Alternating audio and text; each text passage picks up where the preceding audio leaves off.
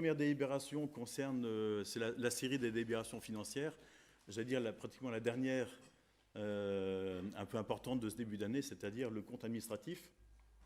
Je rappelle simplement que le compte administratif, c'est le bilan de la réalisation financière des dépenses et de recettes de l'année 2020. Donc nous ne sommes plus dans le prévisionnel, nous sommes dans l'exécuté. Et donc c'est aussi pour ça que nous passons également en même temps l'approbation du compte de gestion, le compte de gestion étant le compte tenu par le trésorier. Donc il y a une double comptabilité. C'est pas péjoratif, hein, c'est pas non plus une double comptabilité, une occulte et une réelle. Il y a une double comptabilité, une par le trésorier et une par nous-mêmes, par l'ordonnateur, le maire. Et donc il est question ensuite de les rapprocher. Voilà, donc je vais tout de suite donner la parole à Jean-Michel Sakidis pour l'approbation et la délibération sur le compte administratif. C'est Laurent qui présentera la carte aussi. D'accord, si tu veux.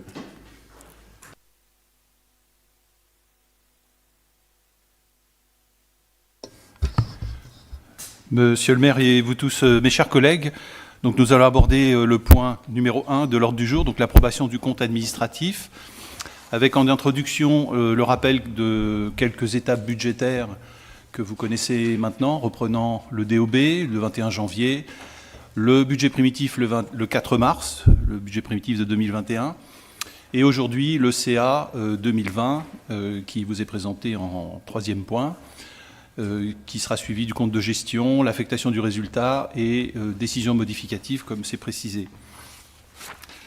En introduction, un petit rappel relatif à ce qu'est ce compte administratif, indiquant que le maire est donc l'ordonnateur, c'est-à-dire que c'est lui qui initie les opérations financières et comptables, qui sont ensuite reprises par le compte de gestion que nous verrons juste après.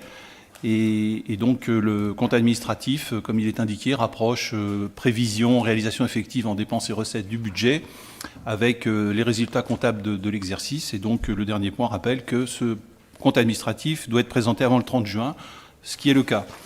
Le compte de gestion dont nous parlons a déjà été évoqué en introduction, c'est la tenue en parallèle des comptes de la ville sous les instructions de l'ordonnateur par le comptable public, et donc avec l'objectif de rechercher d'avoir une conformité symétrique en quelque sorte entre le compte de gestion et les opérations que l'ordonnateur ordonne.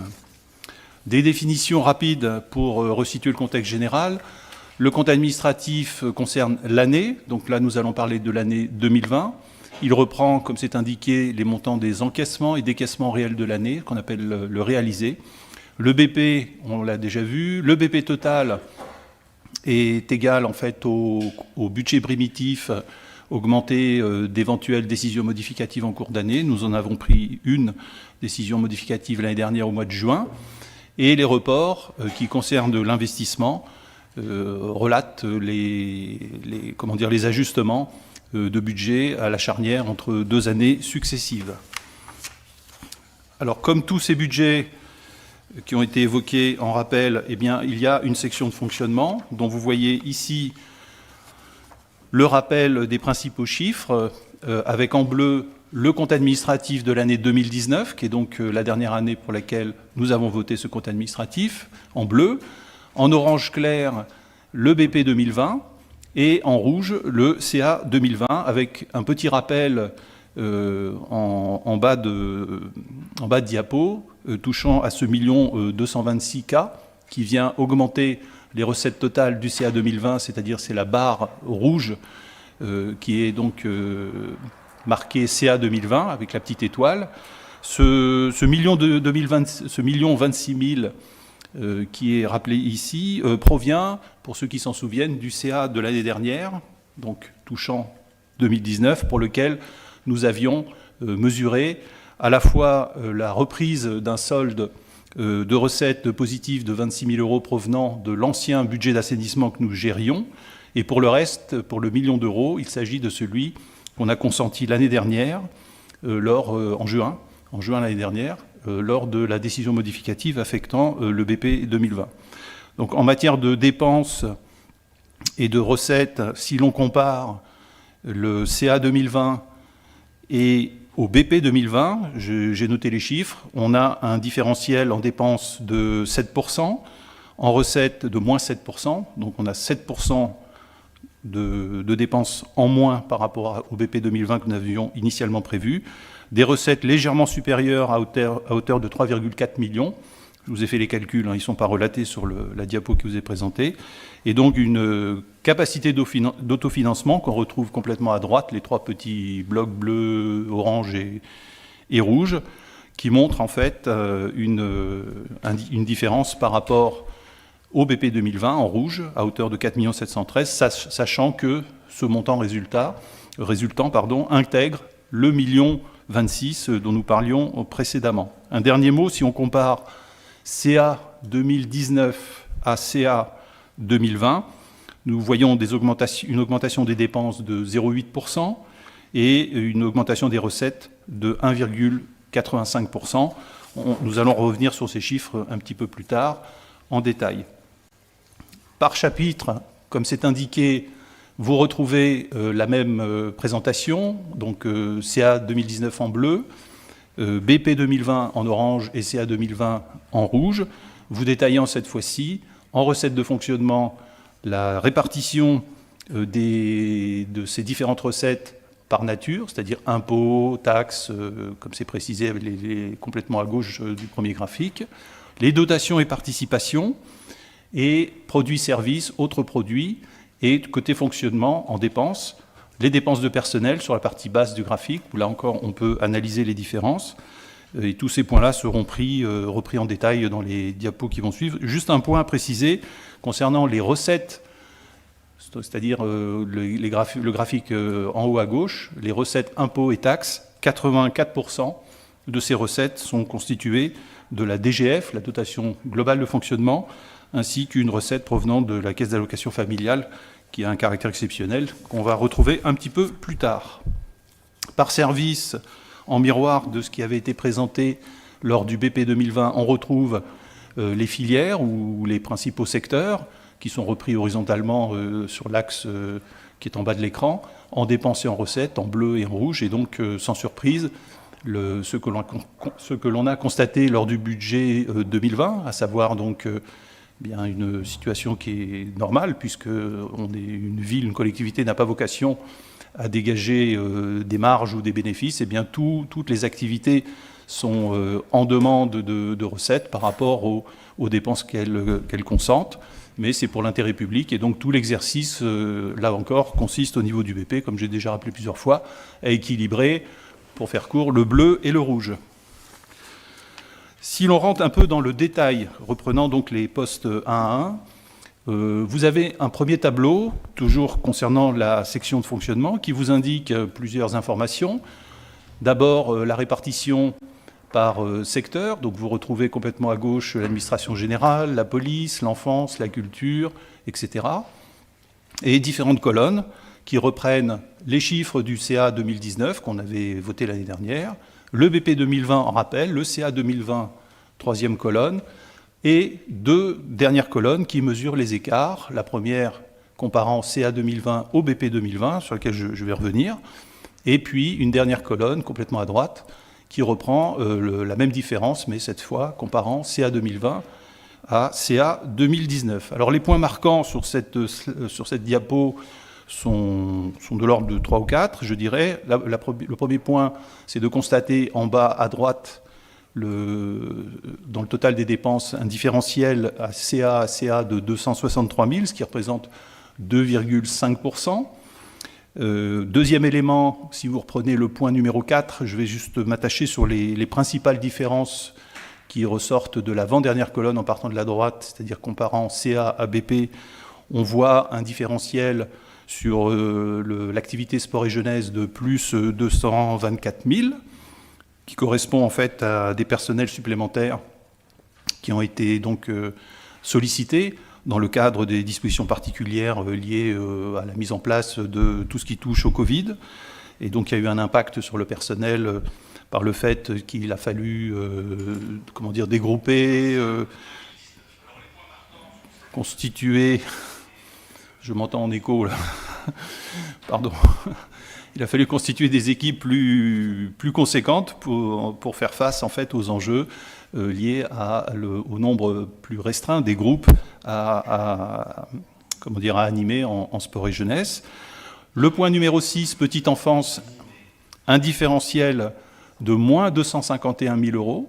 Comme vous pouvez le voir, il y a un petit signe moins complètement à gauche de la case du point numéro 6, qui lui correspond en fait à des postes qui ont été vacants pendant un certain temps et qui ont été pourvus un petit peu plus tard par rapport au budget. Je rappelle toujours qu'on est en comparaison du budget, donc comme je le dis souvent, il n'est pas anormal qu'il y ait des différences dès lors qu'il y a certaines vacances de poste et qui ensuite sont comblées par des recrutements. Comme évidemment on ne maîtrise pas les délais de préavis de ceux qui rejoignent Viroflay, eh bien ça occasionne des différences techniques ou mécaniques, je dirais, liées à ces événements-là.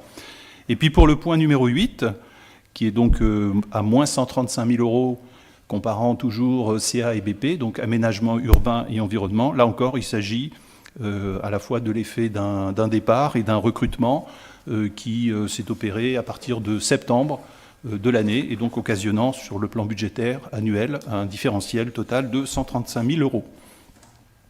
Parlant des charges à caractère général, vous en avez identiquement au slide précédent une liste complètement à gauche, donc contrat de prestation de services, achat de fournitures, affranchissement et télécom, etc. jusqu'en bas. Et puis, même canevas de présentation, les écarts mesurés. Et si l'on explique, si l'on regarde en fait l'avant-dernière colonne, toujours dans l'idée de comparer l'exécution budgétaire au budget, eh bien, il y a différents chiffres qui attirent l'œil. Par exemple, en première ligne, on a un différentiel de 169 720 euros qui correspond en fait à essentiellement deux choses. Un certain nombre de prestations de services qui n'ont pas été réalisées, comme par exemple les nouvelles activités périscolaires, vous savez, les NAP, puisqu'il n'y avait pas d'enfants. C'est l'impact également des activités culturelles au travers des différents contrats de prestataires extérieurs qui interviennent, et puis différents autres petits postes. Donc tout cela occasionne un certain nombre de charges en moins, mais s'ajoute également quand même, donnant un résultat à moins 169 000, des contrats de prestation de services comme par exemple celui de la Maison Bleue qui a créé à notre demande 5 places supplémentaires au cours de l'année 2020 et donc dont l'impact n'apparaît pas, je dirais, stricto sensu dans les moins 169 000, mais qui résulte en une charge supplémentaire qui vient compenser en partie les charges en moins que nous avons payées du fait des moindres contrats de prestation de services que j'évoquais juste avant. Si on descend le long de cette ligne, on retrouve la ligne alimentation, avec un différentiel de moins 155 252, dont on comprend parfaitement le constituant, puisque durant l'année 2020, les écoles ont été fermées pendant 2 mois, et donc conséquemment, eh bien, tout ce qui touche à l'alimentation de la cantine scolaire, des cantines scolaires, eh bien, a été pas impacté par une moindre charge. C'est pas très étonnant. Voilà, tout le long de ce tableau, on retrouve également un plus 38 781 euros qui touche les contrats de service, de nettoyage des locaux. Là, vous l'aurez compris, c'est inhérent à la nécessité d'augmenter les opérations de nettoyage au cours de l'année 2020, liées encore une fois au Covid, et qui donc a occasionné un surplus de prestations qu'on retrouve dans ce différentiel de 38 780 euros, etc. Le dernier point, je ne vais pas tous les détailler un par un, ce sont les honoraires, donc 3e ligne en partant d'en bas, avec un différentiel de 148 239 euros, dont 60% s'explique par une moindre dépense provenant du service juridique. Nous avions provisionné un certain nombre d'honoraires à une certaine hauteur. 60% de cette différence s'explique par le non-engagement de l'ensemble des dépenses que nous avions consenties lors de la construction budgétaire. Mais bon, il y avait une part d'aléa qu'on comprend bien. Parlant des recettes, Toujours le même schéma de présentation avec les postes détails que vous retrouvez sur la gauche. Les différences sont celles qui vous sont présentées toujours dans l'avant-dernière colonne. Alors les gros chiffres, les plus 270 485 que vous voyez, subvention CAF, eh bien, se raccrochent en fait à des effets de rattrapage de recettes de l'année précédente. Donc ces 270 000 euros n'ont pas un caractère répétible, mais simplement, comme je l'indiquais, de rattrapage. Donc il y a peu de chances qu'on les retrouve sur les années suivantes, et ça explique en grande partie le grand total des écarts de cette avant-dernière colonne, qui est à hauteur de 235 000 euros, comme vous pouvez le voir. Pour le reste, en fait, que ce soit la DGF ou le FCTVA, qui est donc le remboursement de TVA inhérent à un certain nombre d'investissements consentis l'année précédente ou 2 ans, selon à quel moment ce crédit de TVA est né, eh bien, présente un différentiel entre budget et CA de 10 000 euros et 1 500 euros pour la DGF. Donc on est très très près de la prévision budgétaire. Un mot sur les recettes tarifaires. Donc je l'évoquais, parlant des nappes, parlant des activités culturelles et un certain nombre d'autres activités tarifées. Vous en avez ici le détail selon 2 vues, périscolaire plus petite enfance en bleu et autres recettes tarifées.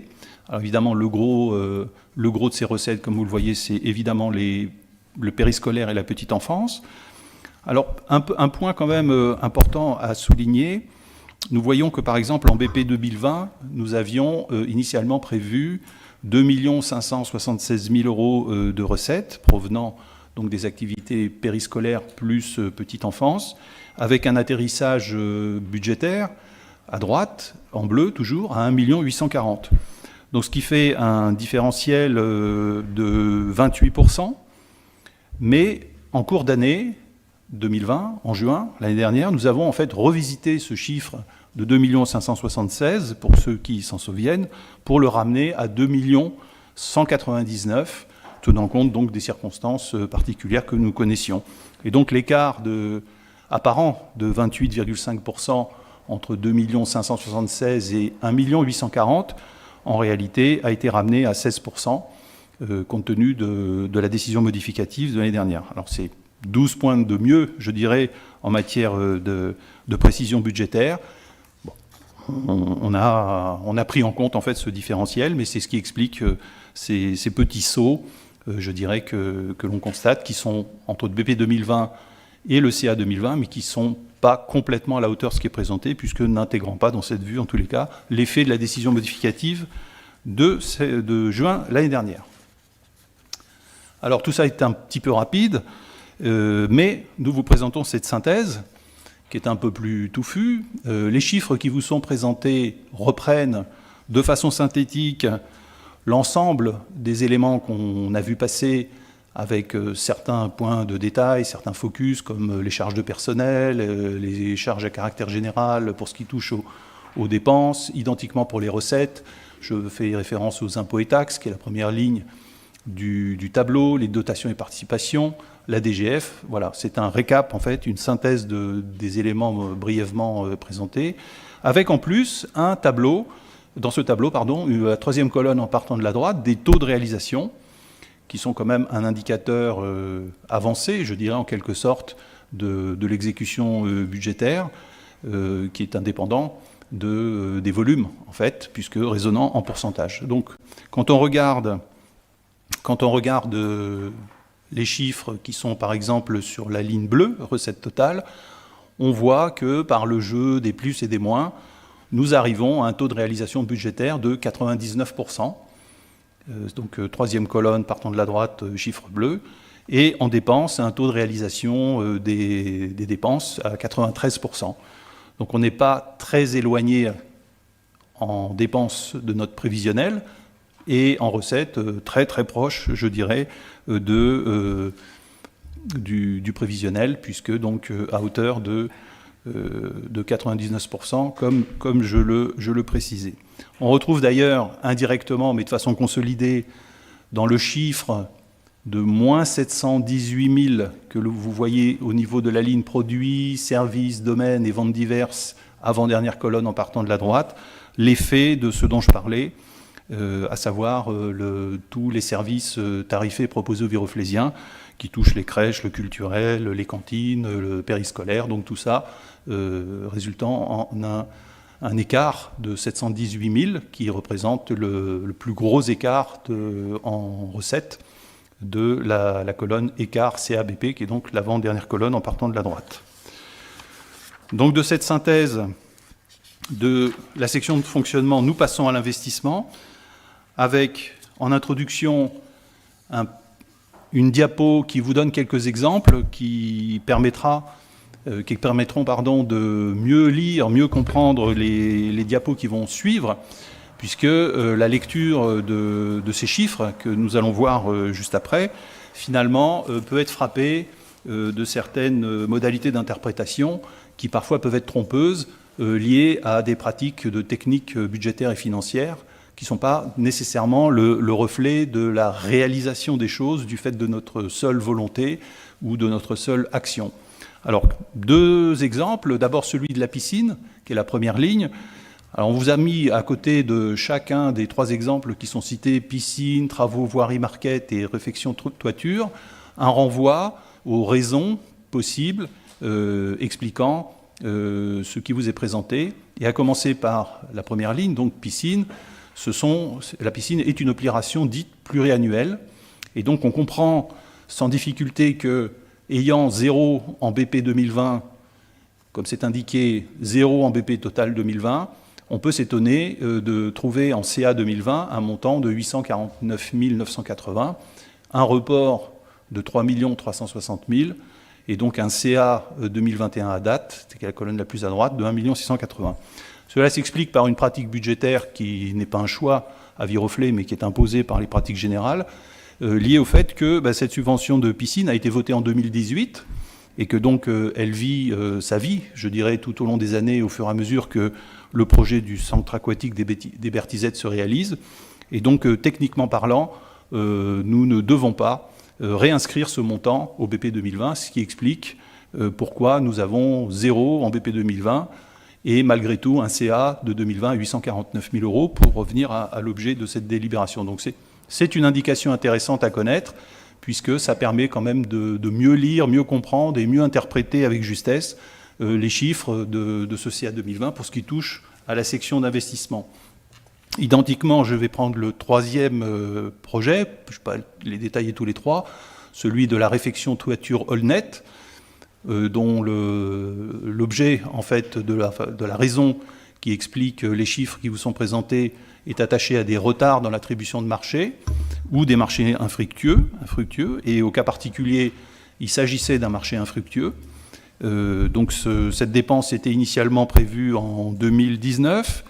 Elle n'a pas pu être réalisée courant 2020 pour les raisons que vous connaissez tous, c'est-à-dire une certaine paralysie de l'activité, à la fois de construction, de travaux.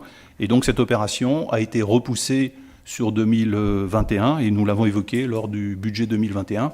Donc voilà, il y a une cinématique budgétaire qui est attachée intimement, je dirais, à la réalisation de projets, et qui ne se suffit pas simplement de la lecture des chiffres. Il serait faux, par exemple, de dire que nous avons prévu 240 000 euros au BP 2020 et finalement réaliser que 6 720 euros au CA 2020, concluant faussement que nous n'avons posé que quelques tuiles sur ce toit, quoi. Ce n'est pas du tout la façon dont ça s'interprète, puisque, comme j'essaie de l'illustrer par l'exemple détaillé de ce projet, eh bien, il y a des effets techniques. En réalité, le budget de ce projet de toiture est de l'ordre de 900 000 euros, nous le savons, mais ça n'est pas retranscrit en tant que tel dans cette diapo, mais on le retrouve dans le BP 2021 qu'on a vu à l'occasion. Donc globalement, au BP 2020, nous avions malgré tout 8 millions, c'est un rappel, 8 825 000 euros d'investissement qui se répartissaient à hauteur de 3,6 millions et 5,2 millions et un demi-million entre bâtiments, voiries et projet Viroflay 2025. Donc ayant posé ces éléments de compréhension, on peut à ce moment-là présenter plus en détail ce qui s'est passé au cours de l'année 2020 touchant le secteur bâtiment. Or, donc, Viroflay 2025 en tant que projet, comme c'est précisé. Donc, vous retrouvez les petits chiffres que je vous indiquais dans la diapo précédente, explicatifs des raisons qui font qu'on a un certain nombre de décalages, ce qui, au passage, est un indicateur intéressant à prendre en compte lorsque on regarde l'avant-dernière colonne qui analyse le pourcentage de réalisation du CA par rapport au BP total. Donc si je prends par exemple le culturel, on voit un taux de réalisation de 35%, mais une raison expliquant ce pourcentage qui est la raison numéro 5, c'est-à-dire travaux finis dans l'année, mais non intégralement payés dans l'année.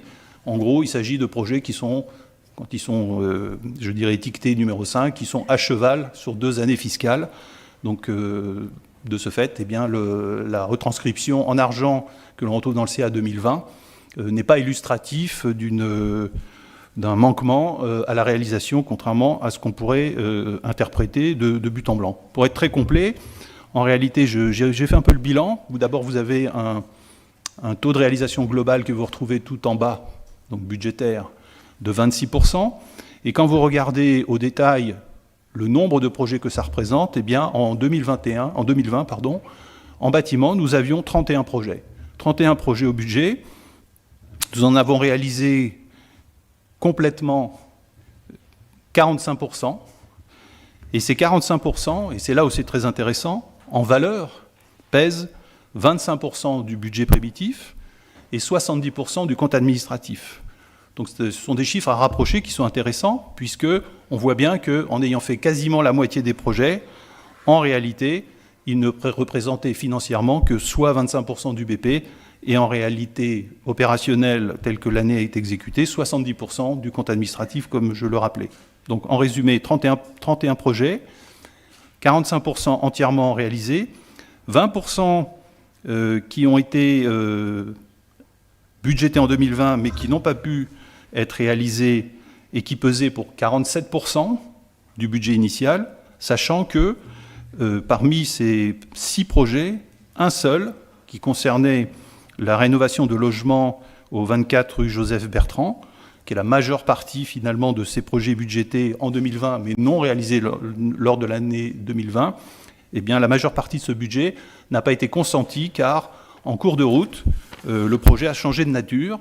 Et donc c'est différemment que les choses vont se réaliser à cette adresse, ainsi qu'au 4 avenue de Versailles, qui est l'autre projet concerné par ces projets qui ont été budgétés en 2020, mais non réalisés, puisque donc on va le faire différemment. Ça a déjà été évoqué ici même. Voilà, donc ça donne quand même aussi une indication supplémentaire quant à la façon de lire ces chiffres et d'interpréter ces pourcentages qui doivent être mis en miroir du nombre de projets concernés et de leur valeur, de leur poids relatif dans le budget. Et pour finir, donc, on avait 45, X%, et puis là, les derniers, les 11 projets, donc 35% des 31 dont je parlais, ont été commencés au cours de l'année, mais ont fait l'objet d'un report partiel sur l'année 2021, et ces 35% de projets pèsent 28% du BP et 30% du CA. Donc on comprend mieux, je pense, j'espère, en tous les cas, j'ai voulu vous donner ces précisions pour qu'il n'y ait pas d'erreur d'interprétation, car c'est vrai qu'à s'en tenir simplement aux pourcentages qui sont indiqués, on peut avoir le sentiment un peu faussé, en quelque sorte, qu'on peut en interpréter, quand par exemple on voit logement, 1% de réalisation, on pourrait se dire de but en blanc, ah bah tiens, donc rien n'a été fait. En fait, pas du tout, ça a été fait, mais différemment. Donc budgétairement, ça se traduit par 1%, puisque donc ça n'est plus un investissement en l'état actuel des choses que la ville consentira pour ce logement, et donc expliquant ce 1% ou d'autres petits chiffres que vous voyez qui pourraient être interprétés dans ce sens, mais en méconnaissance de ces dispositions particulières. Je me permets juste d'ajouter une petite chose, c'est le fait que ce qui est compliqué à comprendre lorsque on n'a pas l'habitude, c'est le fait que clairement, on est sur des questions des dépenses. On est sur une compta de trésorerie. C'est un truc qui peut parfois paraître étonnant. Et qu'on ne s'interdit pas non plus de dire on avait prévu quelque chose de budget, on ne va pas le faire parce qu'on a autre chose. L'accent a été mis sur les logements, je crois que c'était important. Et donc on peut très bien se dire cette feuille de route budgétaire qu'on avait prévue pour l'investissement, en fait, sera un peu différente en fait, dans l'année parce qu'on a trouvé une autre opportunité pour réaliser ce qu'on avait prévu, mais sans pour autant dépenser les sommes en question, et pourquoi pas les faire dépenser par quelqu'un d'autre, ce qui n'est pas plus mal d'ailleurs. Voilà, donc c'est pour ça que les raisons qui ont été expliquées tout à l'heure, les 6 ou 7 raisons pour lesquelles il peut y avoir un décalage entre le budget et le CA ont été expliquées. Cette typologie était importante en fait à expliquer. Donc voilà, je faisais ce petit rappel, même si c'est un peu redondant à ce que vous avez dit, Monsieur Vissakidis, parce que je trouve que c'est important pour la compréhension et certainement pour les débats qui viendront ultérieurement. C'était un rappel bien utile, car il s'applique également à la diapo suivante qui liste les investissements en voirie, avec donc le même canevas de présentation et la même référence en matière explicative, entre parenthèses, telle que c'est rappelé en face de chaque projet. À noter donc le chiffre, pour commencer, qui est en bas de l'avant-dernière colonne, 32%. Donc il s'agit de 32% de réalisation du pourcentage, de réalisation du compte administratif comparé au BP total, mais ce qui a été exposé juste avant s'applique ici aussi. Il y a eu un certain nombre de rues, notamment qui ont été réalisées complètement lors de l'année 2020.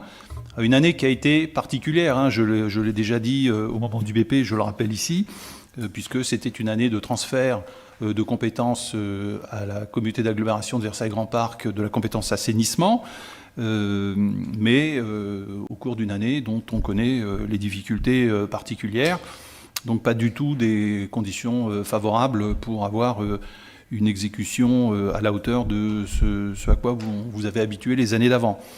Malgré tout, il y a un certain nombre de rues qui ont été réalisées complètement. Je ne les ai pas toutes notées, mais rue de la Côte, rue Rénal, Péry, un carrefour Clémenceau, Doumer-Poincaré, des tapis de chaussée, rue des Saisons, rue Julien Certain. Enfin, bon, voilà, il y a eu quand même beaucoup de choses qui ont été faites, mais qui ne représentent pas forcément budgétairement un coût extrêmement important, puisque les projets terminés en matière de rue, parmi celles que je citais par exemple, ne pèsent que 7% budgétairement. Et on comprend, puisqu'il s'agit de travaux de réfection de tapis qu'on avait planifiés, mais qu'on pouvait faire par nous-mêmes, indépendamment des blocages et des retards pris inhérents à l'année spécifique qui a été l'année 2020 et au transfert d'assainissement qui est donc entre les mains de VGP, comme je l'indiquais.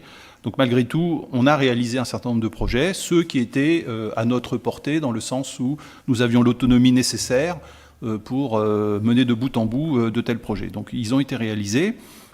D'autres projets, évidemment, ont fait l'objet d'un report. Ils représentent un montant important, puisque touchant, comme je l'indiquais, en particulier des travaux d'assainissement, où là, nous n'avons plus les mains libres, je dirais, pour avancer autant que par le passé, attendant dorénavant qu'au niveau intercommunal, au niveau de l'agglomération, un certain nombre d'études d'assainissement soient faites de façon globale.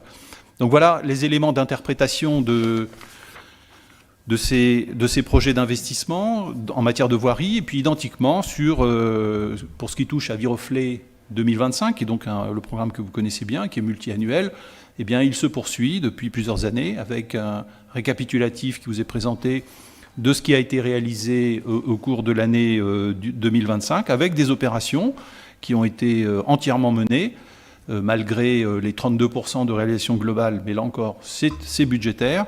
Je pense par exemple à des projets réalisés entièrement, comme celui de la place de la Fête ou l'acquisition de la crèche des réservoirs, dont les travaux ont été prévus au BP 2021. Eh bien, tout ça a été réalisé en 2020 et donc se poursuivra en 2021. Un projet n'a pas pu être réalisé en 2020, c'est celui de la rénovation du centre de Dieu-le-Veut, que nous avions déjà envisagé, puisque vous voyez un pourcentage à 0. Mais pour autant, vous le savez, ça n'est pas un projet qui est abandonné. Simplement, on le retrouve sur le budget 2021 avec un périmètre qui est différent, là encore, puisque entre-temps, eh bien, il a été entendu que ce centre de Dieu-le-Veut se réhabilité avec l'objectif d'en faire un démonstrateur, notamment en matière énergétique et de frugalité énergétique. Voilà, nous y reviendrons, on l'a évoqué lors du budget. Parlant des recettes, on retrouve le détail de ces montants qui permet de nous comparer par rapport au BP 2020 avec les pourcentages de réalisation que vous voyez. Alors il y a des effets là aussi techniques, je dirais de décalage, qui expliquent certains pourcentages dans la colonne de droite qui sont largement supérieurs à 100%, mais qui sont attachés au versement essentiellement de subventions en lien avec l'avancement des projets ou la fin de ces projets, la fin de réalisation de ces projets. Donc beaucoup de subventions, vous les retrouvez complètement à gauche, département pour le cabinet médical Marivel, la région Île-de-France qui nous a beaucoup aidé pour le tennis de la Sablière, comme vous le savez, donc il s'agit d'un reliquat. Voilà, la région pour la police municipale, la réfection de leurs locaux, un DSIL pour la réfection de la toiture des coteaux. Voilà, donc ces subventions-là sont versées, comme je l'indiquais, au prorata de l'avancement des travaux. Et donc, comprenant, comme je l'indiquais, qu'en 2020, un certain nombre de travaux ont pris soit un peu de retard à l'allumage, soit en cours d'avancement, eh bien, nous retrouvons à un moment donné à rattraper, à constater un rattrapage de ces subventions, ce qui explique ces montants importants en pourcentage que vous retrouvez dans la colonne de droite. Donc c'est le même effet qui impacte aussi les recettes au même titre que les dépenses telles que je le précisais. Donc tout ça mis bout à bout nous conduit à ce tableau de synthèse qui reprend les principaux éléments d'investissement que nous voyions, tant en recettes qu'en dépenses. Et j'attirerai votre œil sur la colonne la plus à droite, qui retrace en fait les reports 2020, tant en recettes assez faiblement, puisqu'on est à 115 000 euros, qu'en dépenses d'investissement à hauteur de 6 315 000 euros qu'on va retrouver un petit peu plus tard lors de la délibération attachée à l'affectation des résultats et aux décisions modificatives. Donc retenez ce chiffre de moins 6 200 000 euros qu'on retrouve complètement en bas à droite en jaune. À noter aussi deux chiffres importants. Ce sont les deux dernières lignes, enfin les lignes avant-dernières et juste au-dessus, qui s'appellent excédent quelque chose. Celle qui s'appelle excédent d'investissement reporté, donc reprend en fait le résultat en quelque sorte des années précédentes à hauteur de 7 685 000 que nous reconduisons dans ce CA à la même hauteur que vous retrouvez, et puis l'excédent de fonctionnement capitalisé à hauteur de 3 429 000 euros qu'on retrouve également. Je fais appel un petit peu à vos souvenirs. En 2020, quand on avait, je dirais, voté le CA 2019, nous avions un solde de 4 429 000 euros. Et sur ces 4 429 000 euros, nous avions consenti 1 million au budget de fonctionnement en juin 2020, si vous vous souvenez, en budget supplémentaire. Et donc 4 429 moins 1 million produisent 3 429 000 euros que vous retrouvez dans cette avant-dernière ligne qui vous est rappelée. Donc l'argent n'est pas perdu, il n'est pas thésaurisé, il est remis à disposition. On va le retrouver un petit peu plus tard dans les délibérations suivantes. Donc voilà la synthèse de ces chiffres-là. Pas grand-chose à rajouter, hein. On reprend les chiffres qu'on a déjà vus passer.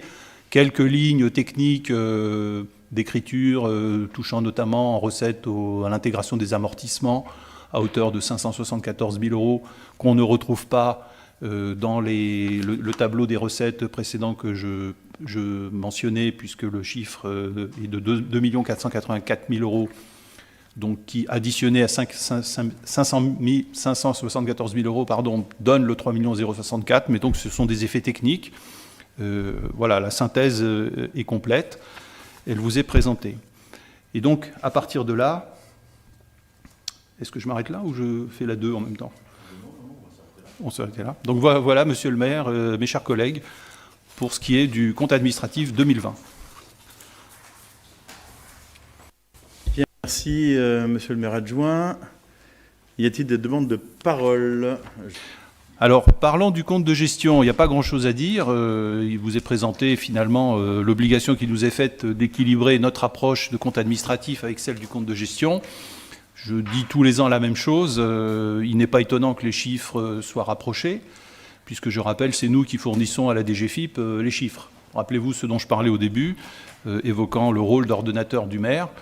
Donc dès lors que nous fournissons à un tiers les chiffres à prendre en compte dans son système de gestion, il n'est pas étonnant qu'on arrive aux mêmes chiffres. Ce qui au passage d'ailleurs sous-tend un danger potentiel qui est que si nous nous trompons dans les chiffres que nous donnons, eh bien la DGFiP se trompera aussi. Donc ça vous donne quand même une mesure objective de l'intérêt majeur, je le dis avec ironie, de ce compte de gestion. J'en ai jamais compris véritablement la portée, hormis ce qui est rappelé à chaque fois, la vocation à normaliser une certaine approche budgétaire, ce que je peux entendre, mais ce que je ne comprends pas, c'est pourquoi on nous le présente à chaque fois à voter. Et donc c'est ce qui vous est présenté aujourd'hui. Donc on vous a fait la balance, recettes, dépenses, résultats d'exercice, ligne à ligne. Et vous voyez que les chiffres sont exactement les mêmes, ce qui, encore une fois, n'est pas étonnant, puisque c'est nous qui les fournissons à la DGFiP. Merci, monsieur Sakidis. Y a-t-il des demandes de parole?